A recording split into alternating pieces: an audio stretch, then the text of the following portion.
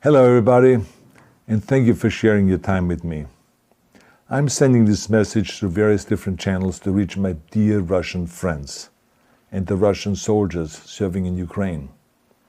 I'm speaking to you today because there are things that are going on in the world that are being kept from you, terrible things that you should know about.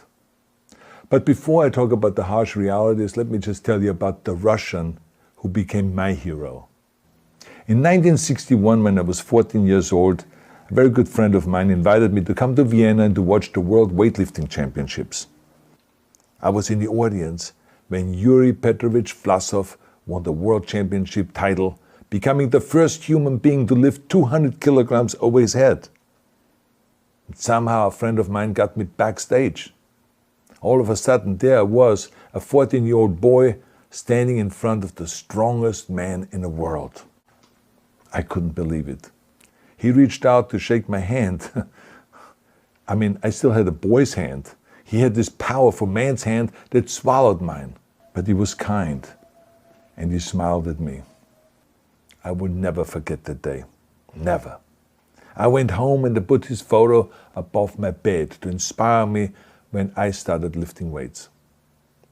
My father told me to take down that picture and to find a German or an Austrian hero. He got really angry and we argued back and forth. He didn't like Russians because of his experience in the Second World War. You see, he was injured at Leningrad, where the Nazi army that he was part of did vicious harm to the great city and to its brave people. But I did not take the photograph down, no, because it didn't matter to me what flag Yuri Vlasov carried. My connections to Russia didn't stop there, by the way. Oh, it actually deepened when I traveled there with bodybuilding and for my movies and met all my Russian fans. And on one of those trips, I remember, I met Yuri Vlasov once again. It was in Moscow during the filming of Red Heat, which was the first American movie allowed to film in Red Square. Now, he and I spent the whole day together. He was so thoughtful, so kind, and so smart, and, of course, very giving. He gave me this beautiful blue coffee cup. And ever since then, I've been drinking my coffee out of every morning. Now, the reason why I'm telling you all of those things is that ever since I was 14 years old, I've had nothing but affections and respect for the people of Russia. The strength and the heart of the Russian people have always inspired me.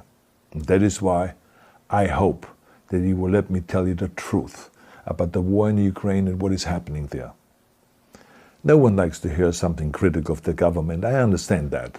But as a longtime friend of the Russian people, I hope that you will hear what I have to say. And may I remind you that I speak with the same heartfelt concern as I spoke to the American people when there was an attempted insurrection on January 6th last year, when a wild crowd was storming the US Capitol, trying to overthrow our government. You see, there are moments like this that are so wrong, and then we have to speak up. And it's exactly the same with your government.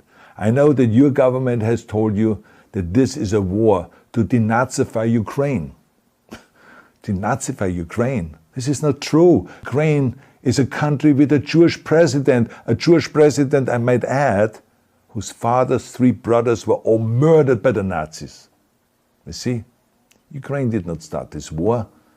Neither did nationalists or Nazis. Those in power in the Kremlin started this war. This is not the Russian people's war. No.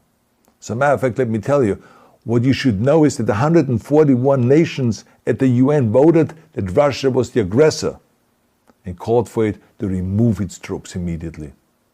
Only 4 countries in the entire world voted with Russia. That is a fact. See, the world has turned against Russia because of its actions in Ukraine.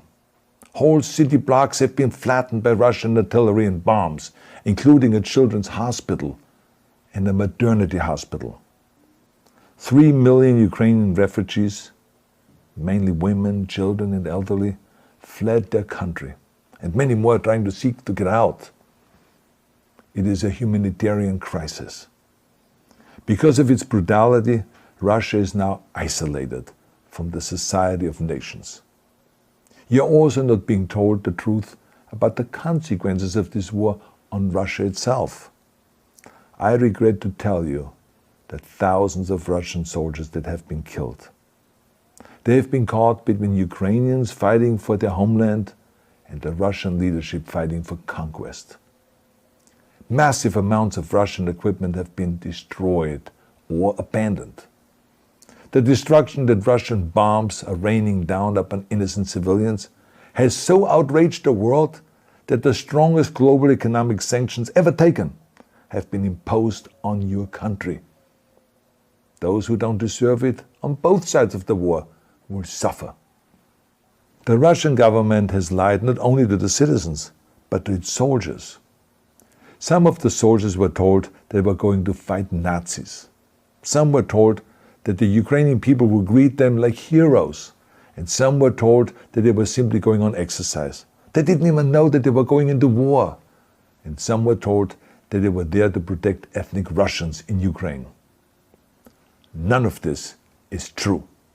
The fact is that Russian soldiers have faced fierce resistance from the Ukrainians who want to protect their families and their country. When I see babies being pulled out of ruins, I think that I'm watching a documentary about the horrors of the Second World War, not the news of the day. And let me tell you, when my father arrived in Leningrad, he was all pumped up on the lies of his government. And when he left Leningrad, he was broken, physically and mentally. He lived the rest of his life in pain. Pain from a broken back, pain from the shrapnel that always reminded him of these terrible years, and pain from the guilt that he felt. To the Russian soldiers listening to this broadcast, you already know much of the truth that I've been speaking. You have seen it with your own eyes. I don't want you to be broken like my father. This is not the war to defend Russia that your grandfathers or your great-grandfathers fought. This is an illegal war. Your lives, your limbs, your futures are being sacrificed for a senseless war condemned by the entire world. Now, to those in power in the Kremlin, let me just ask you, why would you sacrifice those young men for your own ambitions? To the soldiers who are listening to this, remember that 11 million Russians have family connections to Ukraine. So every bullet you shoot a brother or a sister. Every bomb or every shell that falls is falling not on an enemy, but on a school, or a hospital, or a home. I know that the Russian people are not aware of such things are happening. So I urge the Russian people and the Russian soldiers in Ukraine to understand the propaganda and the disinformation that you are being told. I ask you to help me spread the truth. Let your fellow Russians know the human catastrophe that is happening in Ukraine. And to President Putin I say, you started this war. You are leading this war. You can stop this war. Now, let me close with a message to all of the Russians who have been protesting on the streets against the invasion of Ukraine. The world has seen your bravery. We know that you have suffered the consequences of your courage. You have been arrested, you have been jailed, and you have been beaten. You are my new heroes. You have the strength of Yuri Petrovich Vlasov.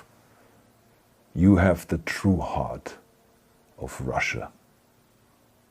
My dear Russian friends, may God bless you all.